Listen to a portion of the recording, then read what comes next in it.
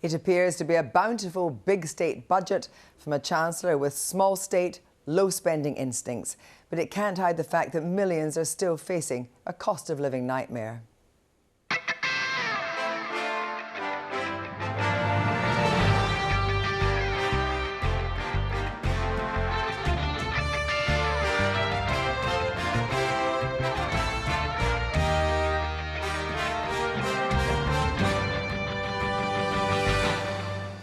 Tonight, in a specially extended programme, but sadly without any soon-to-be cheaper English sparkling wine, we'll be revealing the true story of this budget.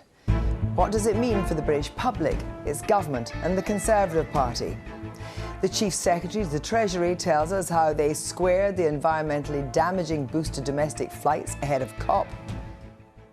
This is supporting every regional airport across the UK, and obviously it's got strong benefits for our union of nations. We'll hear just how Labour would have outspent the government after a budget that steps firmly on their political territory. And our panel of political insiders tells us whether this budget is purely post-pandemic or signals a philosophical shift for the Tories. Good evening. Boris Johnson loves to be loved. And when the Office of Budget Responsibility gave the government more money to play with, the Prime Minister and the Chancellor made a judgment call. One that would not have come naturally to Mrs Thatcher or even George Osborne, and perhaps not even to Rishi Sunak. Spend it. Spread it around every department, though some rather more thinly than others. Some substantial tax hits had already been imposed, so there'd be no big, painful tax rises. This was a post-pandemic budget designed to transmit the message that this government feels your pain.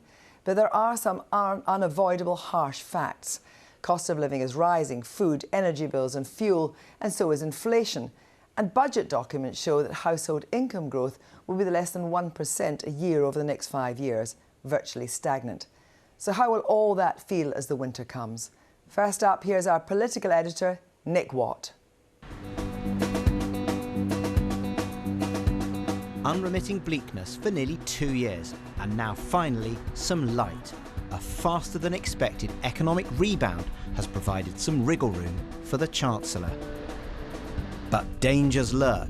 Inflation is on the rise, and the margins between a benign outlook and hard times are tight.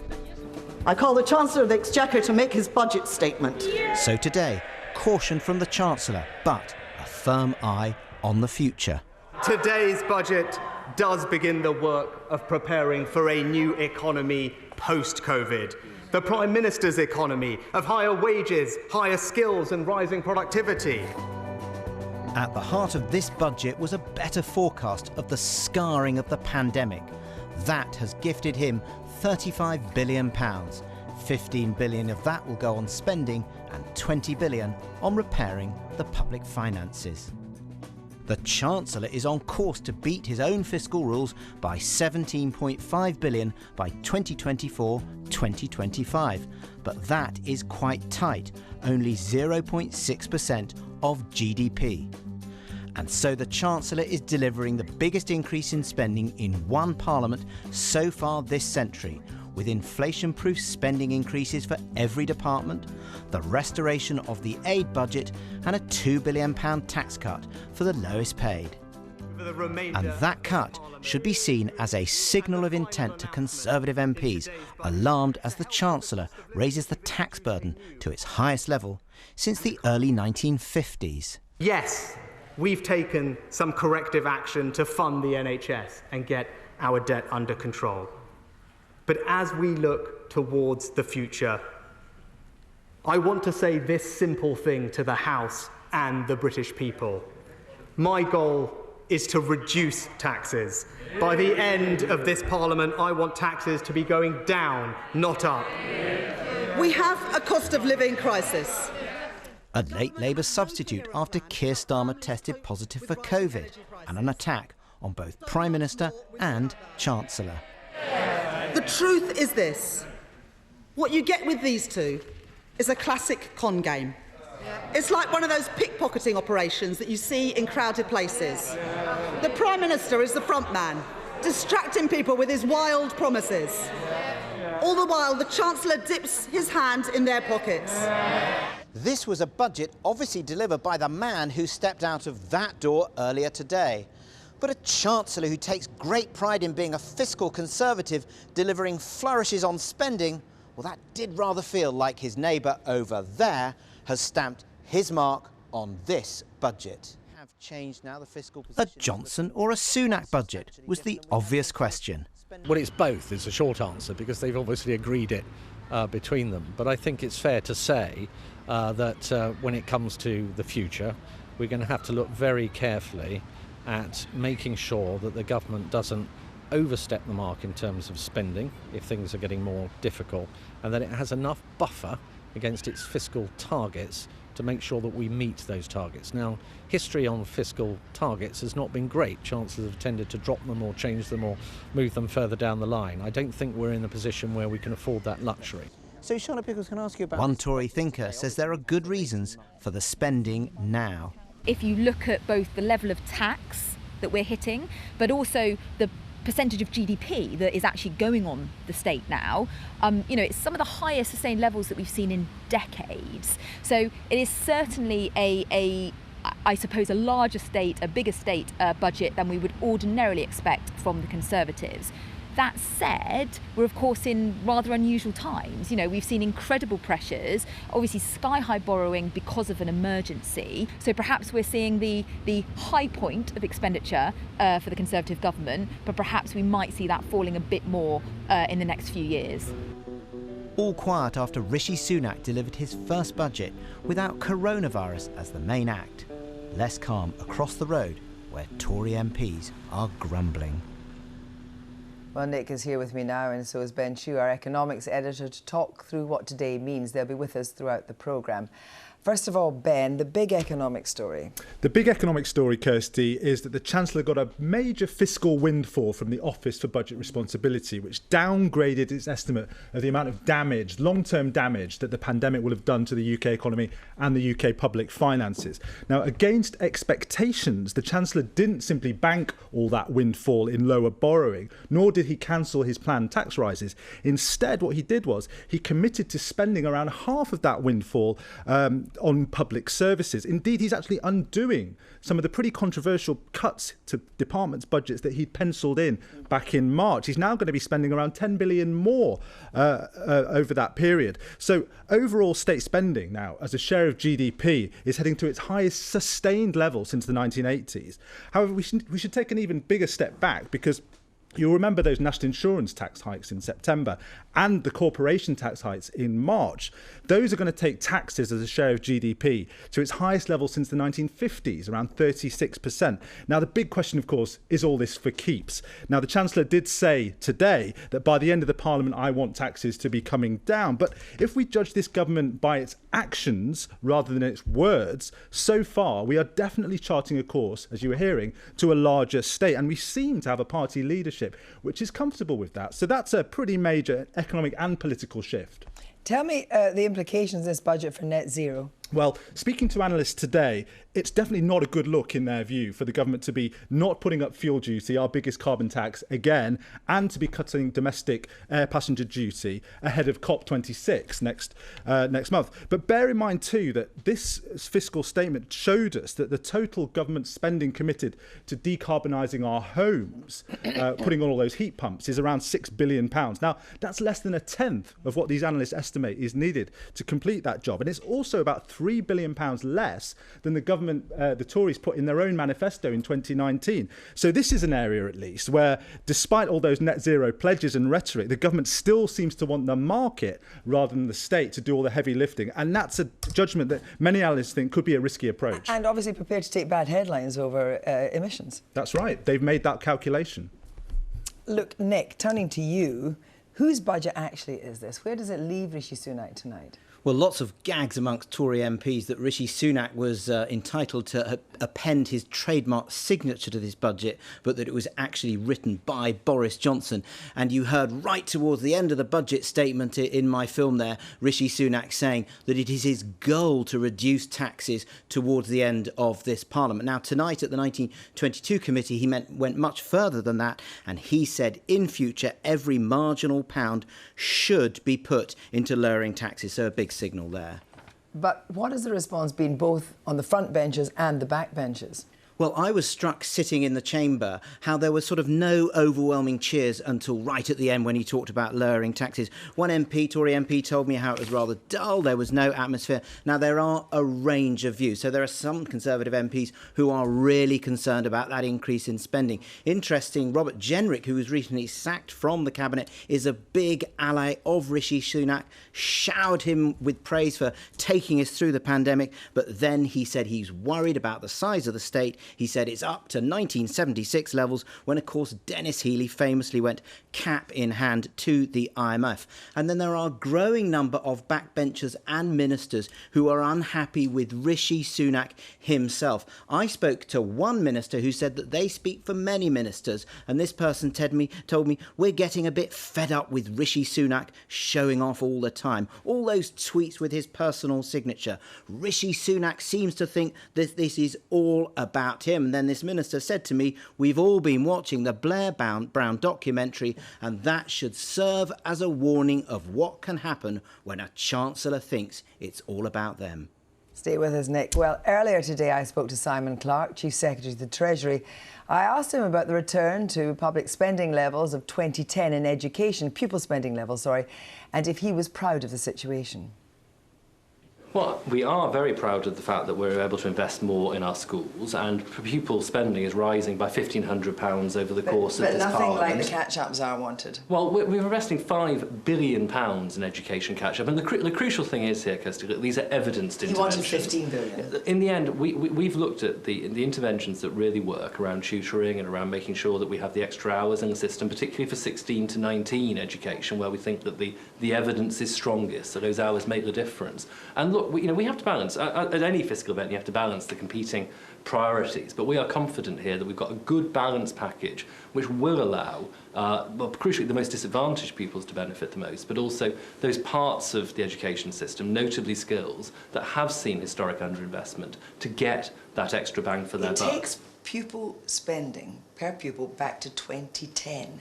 Well, we've obviously, in 2010, we inherited a really difficult financial situation. You've had 11 years. We have, and obviously we've won several elections during that time on an open platform of dealing with the debt and the deficit challenges that we inherited from the Labour government at that time. We've had to make difficult choices. You announced the end of the public sector pay freeze ahead of the budget.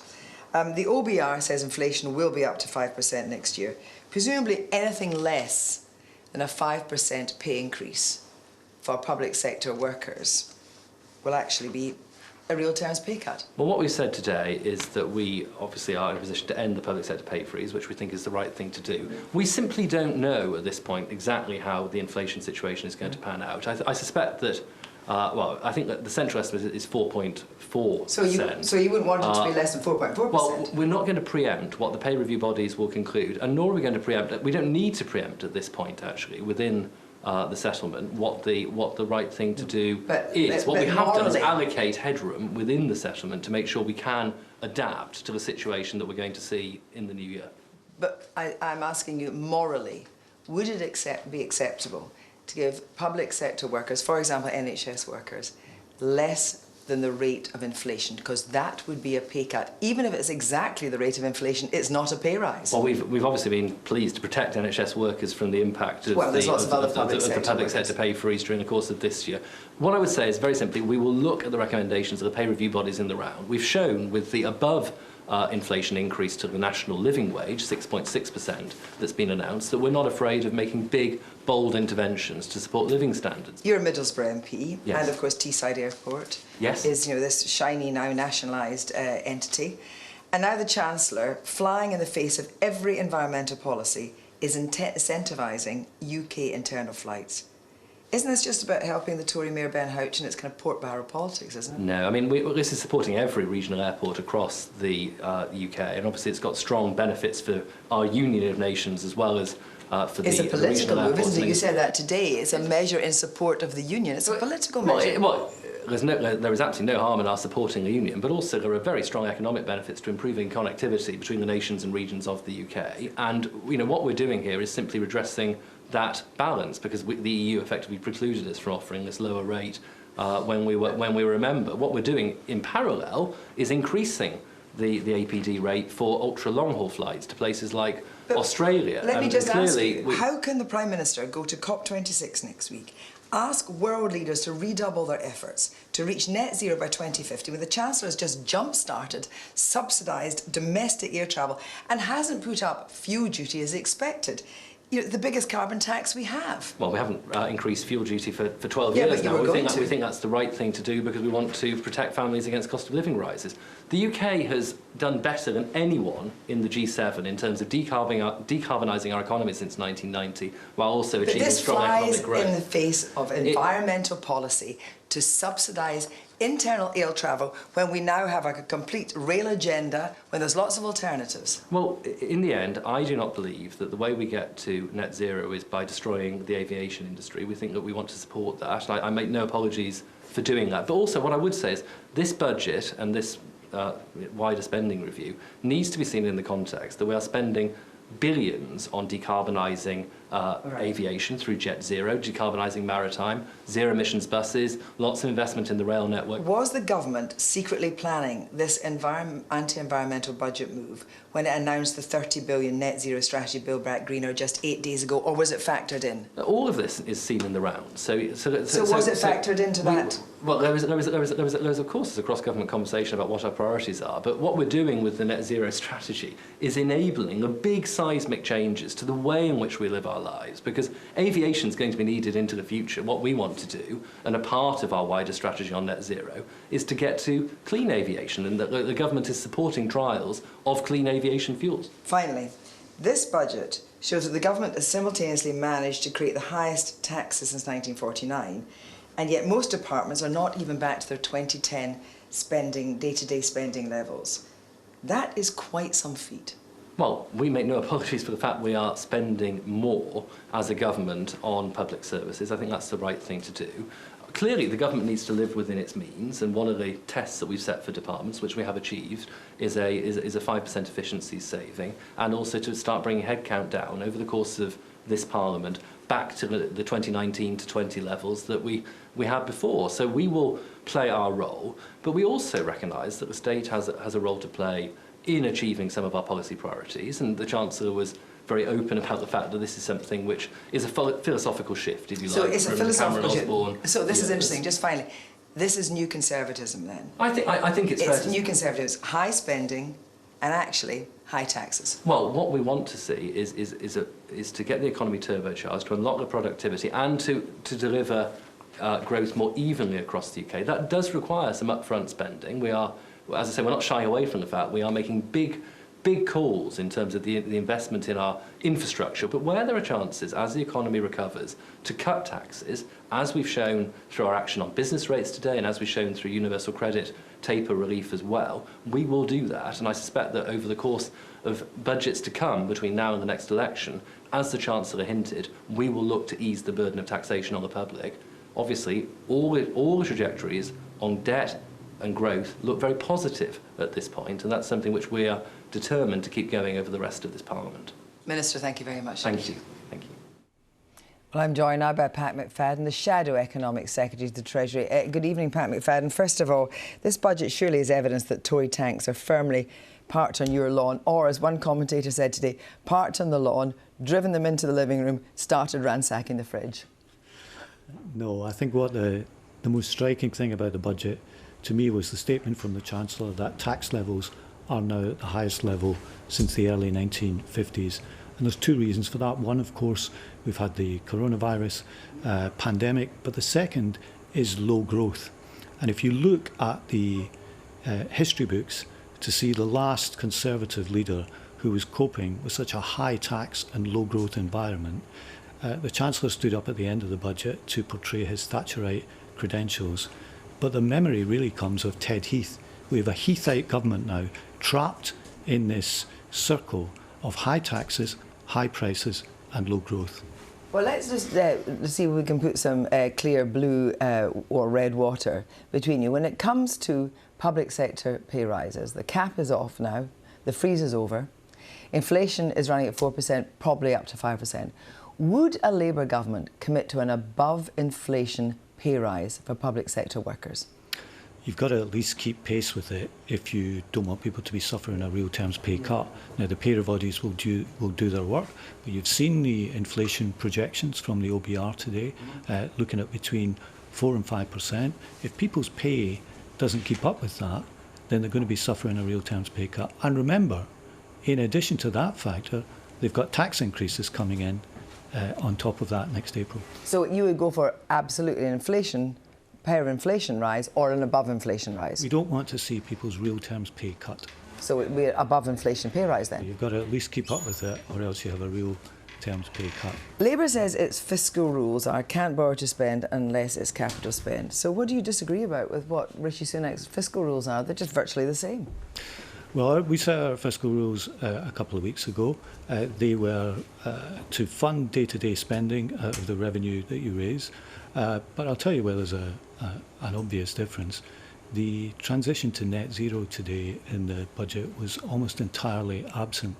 We set out a plan at our conference to invest. But the Tories have already set out a massive plan. That's what they did 8 days ago. Well, it wasn't a massive plan, and it didn't meet the targets. We set out a plan to invest $28 billion a year over the course of a decade to fund the transition to net zero. That's a serious programme of investment, which is also a plan for growth that gets us out of this bind of low growth. Because the reason, and I come back to it, the reason that the Chancellor has had to set tax levels at the highest level since the early 1950s is because of the government's lamentable record on growth in the last 11 years. So the Shadow Chancellor, Rachel Reeves, said today, who is going to pay for spending? It should be those with the broadest shoulders. Those who earn incomes from stocks, shares, property portfolios, they have largely been untouched. What would you have done? Well, we set out one example of this a few weeks ago. For example, the carried interest benefit for private equity partners, where they were taxed at a lower rate than you or I would pay in our income. We've said that's not fair, and we'd correct that. So what we're looking at is to tax income from transactions like that, and not to return, as the government have done, to the same people over and over again, who are often modestly paid. But you want also to have an economy that grows. You have to attract investment. You have to bring multinationals in. Actually looking at that small financial sector that you've just talked about is not going to deliver the money you need. Not on its own, but it's an example of a direction of travel. Of course we want to see better growth, and there was no plan for growth today. I mean, you referred in your earlier discussion to education spending. How can you have a plan for growth if your expenditure per pupil doesn't move for the best part of 15 years? That's an appalling record from the government. If we're going to create wealth in the future, then we have to invest in the workforce of tomorrow. The government hasn't been doing that, and that's again another reason why growth has been so low, and that brings the Chancellor to this choice between higher taxes and spending cuts all the time. The Tories are the party of high taxes because they're the party of low growth. Pat McFadden, thank you very much. So how will today's budget change the situation for households and businesses? Will there be a short-term gain? Will it mean improvement in long-term fortunes? We'll look at that in a moment. But first, our policy editor, Lewis Goodall, assesses what the real terms rise in spending on government departments really means.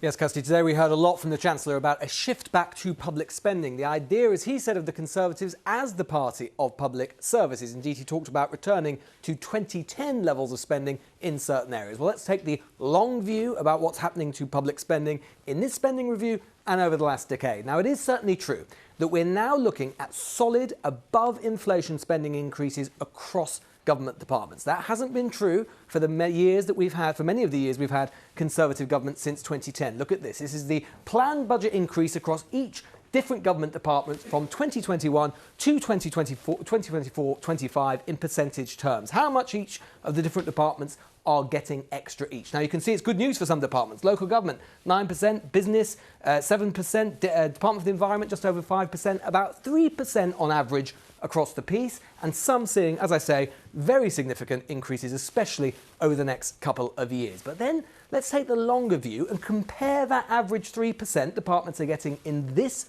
spending review to other spending reviews in the past. And this graph shows exactly that. The average of what departments got at different spending reviews all the way back to the 1990s. And as you'll see, during the new Labour years, the increases were very substantial, reaching about between 5 and 5.5% in Gordon Brown's period at the Treasury. That went into reverse during the coalition, where many departments had real terms cuts for many years, went up a great deal during the Brexit period and the pandemic, and now we've returned to 3%, more than we've been used to under most of the Conservative governments over the last 10 years or so, but not enormous in terms of spending reviews over the sweep of 20 years. And as a result of that, you should be wary when you hear talk of an end to austerity. It's certainly true, as I've said, that departmental spending outside of COVID is back on the rise in a real way. But take a look at this. It looks like a complicated graph, but it just shows the spending in different departments in 2010 terms. So comparing spending today and where it will be in 2024 to 2025 to when the Conservatives first came in. If it's below this central line for all the different departments, then effectively the planned increases are lower than it was in 2010 in real terms. If it's above that line, then spending is higher. And as you'll see, only in 3 of the major departments is spending in real terms today, or as it will be in 2024-25, higher than it was in 2010 in the Department of Health, Home Office and Education. Even then, for education, for example, it only just gets above 2010 levels in real terms at the end of the forecast period in 2024-2025, i.e. a decade and a half of static spending in a key department like that. Some of the other departments, even in 2024-2025, as you'll see, will be way below 2010 levels. Such was the extent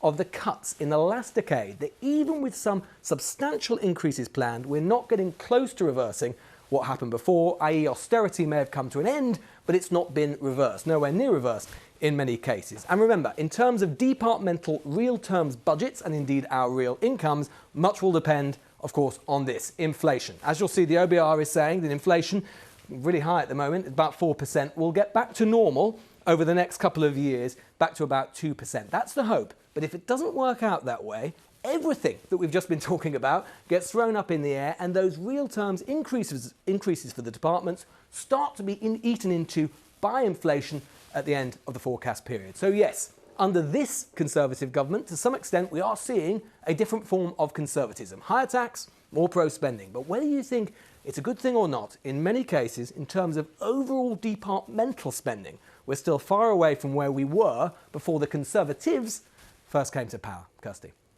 Lewis, thank you. Well, Ben Chu is back with me now to answer the question the public will be asking. How is this going to affect household income? Ben. So, Kirsty, the Chancellor hailed today higher wages, higher incomes, but households are not going to be feeling that much cheer, at least according to the OBR's latest forecast today, because despite that minimum wage increase that the Chancellor announced, elevated inflation and tax increases are projected to drag down average living standards next year. Now, the universal credit taper cut, which of course is the rate which benefits are withdrawn when people are earning, that will help many people. Yet let's be clear, it's not going to offset the fact that the universal credit uplift was allowed to expire. Now, according to the calculations of the Resolution Foundation, the government's measures, all taken in the round, including that expiry of the uplift, will leave the poorest fifth of households around £280 a year worse off. But step back from that as well, because we've had an exceptionally weak decade of average household income growth. And in these latest projections, typical household incomes are projected to remain very weak for at least the next 2 years. The hard reality, Kirsty, for this government is that there is nothing in these forecasts which supports the idea put about by some ministers that the post-Brexit labour shortages, for instance, are going to help drive up productivity, or that we're entering, in the Chancellor's phrase, a new era of optimism for the UK's living standards. Ben, thank you. Well, now, as well as households, business owners will have been paying close attention to today's budget. Seema Katecha has been to Mr. Simmons' old sweet shop in Birmingham to ask the owner what she thought of today's events and how the last 18 months had been for her and her business.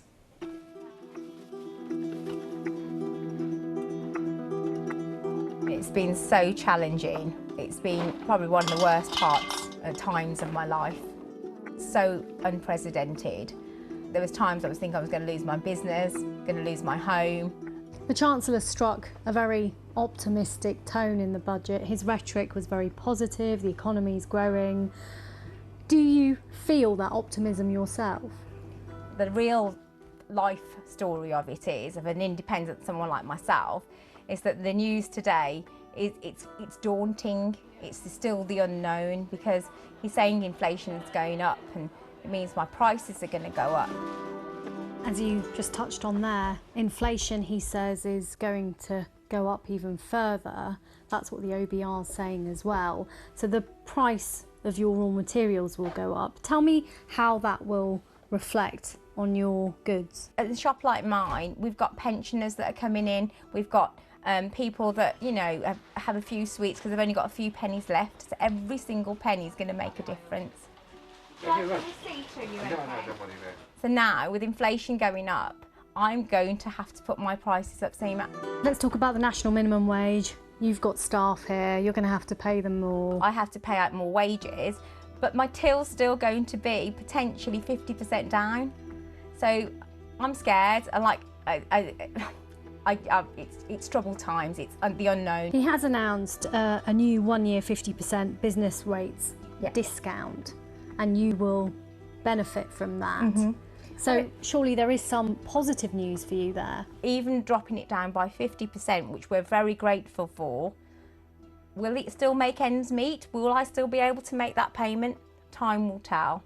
So as much as we're grateful, I still truly believe that he should have given us at least another year off of 100% business rates off, to still give us that fighting chance, because there is still a long way to go. We have really been hit hard. £2.04 then, please. The Chancellor's supporters would say that he has spent a lot more than many anticipated, and has put that money to helping schools, police, lots of good causes, they would argue. So surely there is some positivity there. They have been so supportive, don't get me wrong. Without those grants, we wouldn't be open today, and I'm so grateful for that, because it gave me that little bit of breathing space. The times when I was feeling really low, I thought, okay, at least I've got another grant coming, I'll be able to pay so and so. But my answer is, it's still really troubled times ahead.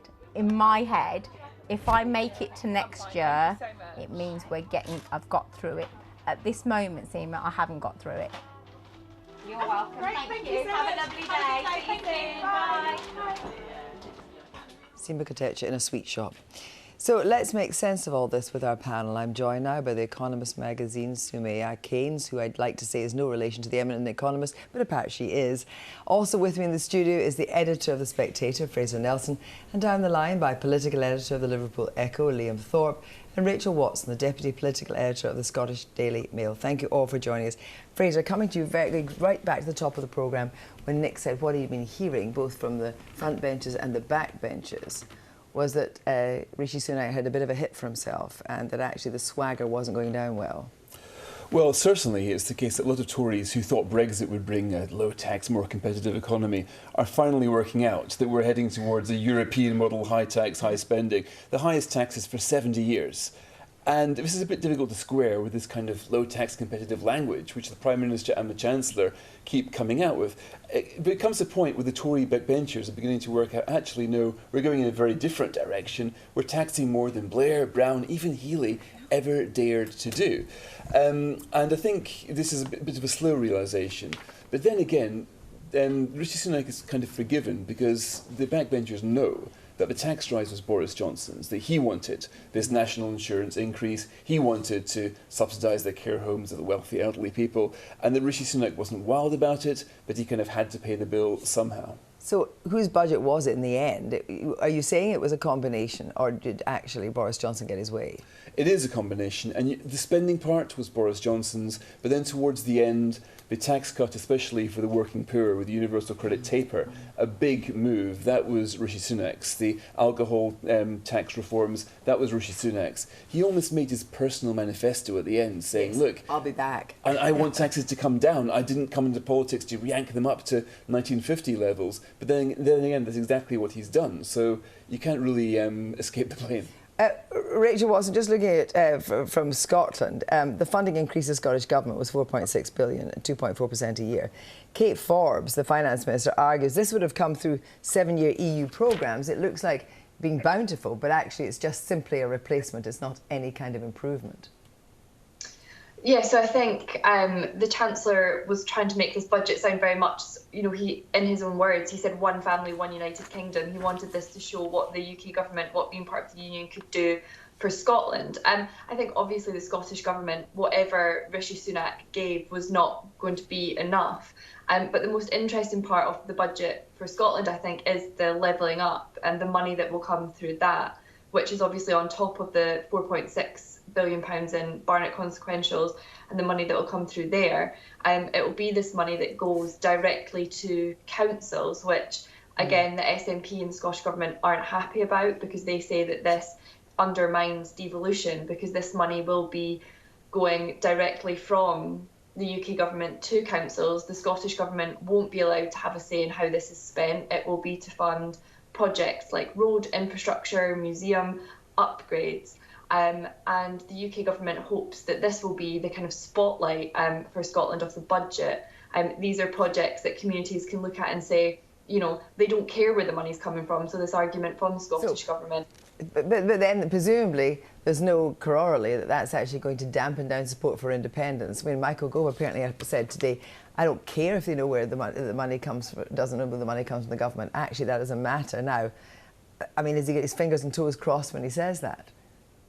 I think there is a little bit of hope. We've heard Michael Gove say that a couple of times now around levelling up, that he doesn't care if Kate Forbes and the Scottish Government take credit for this. But I think at the moment we see from the UK Government and from the Scottish Government that they don't want to talk about independence. They don't want to talk about the prospect of a referendum. But this is one way that the UK Government can talk to Scotland. It can have, it can appear in Scotland, it can have that presence, and it's through direct funding. They're not talking about a referendum. They're not saying Scotland can't have a referendum. They're not arguing with the Scottish Government on it. They're just funding projects directly. And I think that that is something that the UK Government, and having spoken to people in the government, hope that people, those middle Scotland voters who haven't yet picked a side on this, or are soft yes or soft voters, that they can pull over to them with such projects. Well, Liam Thorp, Liverpool's another story as well, and you've got levelling up. But do you see that, there is not one homogenous north of England?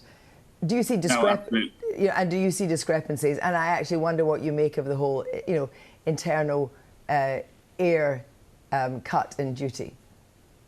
I think there's a lot of people in the north get a bit frustrated by it being seen as one sort of homogenous blob. The needs of Liverpool are very different from the needs of Lancashire and Manchester and places like that.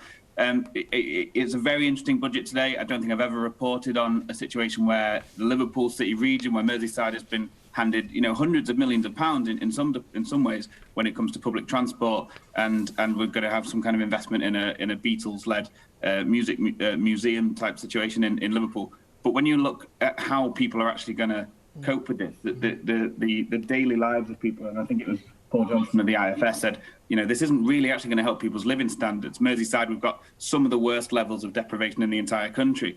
And yes, the universal credit taper change will be a benefit to, I think it's around 2 million people. But what about the 4 million people who it won't benefit, who will still be facing these huge surges in living costs and actually have been somewhat abandoned by this budget today? The Tories seem to think that only people who work matter. What about the people who can't work, or for a variety of reasons are out of work? They seem to have been abandoned, and many of those will still be turned into food banks in places like Liverpool. Just on the point you make about air travel, yeah, obviously Liverpool has a smaller regional airport, but I personally was pretty shocked to hear that announcement. Should we be encouraging people to take short domestic flights just ahead of the COP conference? Would it not be better to invest in HS2 and HS3 Northern Powerhouse Rail to connect the great cities of the north with the rest of the country on the much more eco-friendly train travel? Sumaya, has this budget altered the perception of what it means to be a Tory again? Because then, of course, we've had the breaching of the Red Wall. Do you get a sense that there's actually a fundamental philosophical shift, or is this short-termism? That's a complicated question with a complicated answer. I think if you look at the headlines of today, the big news was big spend, big tax, right? So after the pandemic, essentially the state has been left this expanded state. And I think the contrast everyone's drawing is between George Osborne and his decade of squeezes on public spending and this more recent largesse. I think the thing to say is, some of the context for today's announcement is that actually Rishi Sunak was reversing some of the cuts to departmental spending that he had announced within the past, year and a half or so. And so it kind of seems a bit strange to give him all this credit for expanding spending and increasing spending on departments and reinventing the Conservative Party, when really he's just reversing a cut that he only just made. So I think that's important to see. I mean, it is the case that if you compare tax as a share of GDP, spend as a share of GDP, both are bigger than they were before the pandemic. And, perhaps Rishi Sunak is hoping that if the economy performs better than expected, he will have an opportunity to go back. But he's also betting, presumably, on the rise in inflation being short-term by it dropping down to 2%. And also, he's surely got an issue ahead in terms of, whatever the pay review suggests, if he gives a lower inflation rise to public sector workers, that is going to go down very badly when there's been all this spending. Yeah, I think those negotiations are going to be fraught, particularly given the near-term increases in inflation that we're going to see. The context, of course, is that after that decade, pay in the public sector has really been held down relative to pay in the private sector. And if you try to squeeze it in real terms, then you're eating into problems with retention, that kind of thing. Fraser, the OBR says that Brexit will have a bigger impact in the UK economy. It'll be worse than COVID. And we're not even through that yet in terms of the trickle, how that's going to impact on the British economy. We already know the GDP is down by 4% because of Brexit. Well, that's what the OBR's assessment is, but it's very, very difficult to disentangle what's happened in the last 2 years. How much of this is Brexit? How much of this is COVID? What's the hit going to be? It's going to be, by the end of a decade before you can really talk about any clarity. I mean, the OBR will say that trade with Europe is down quite a lot. Mind you, trade with the rest of the world is up to record levels. So you are getting the two symptoms there.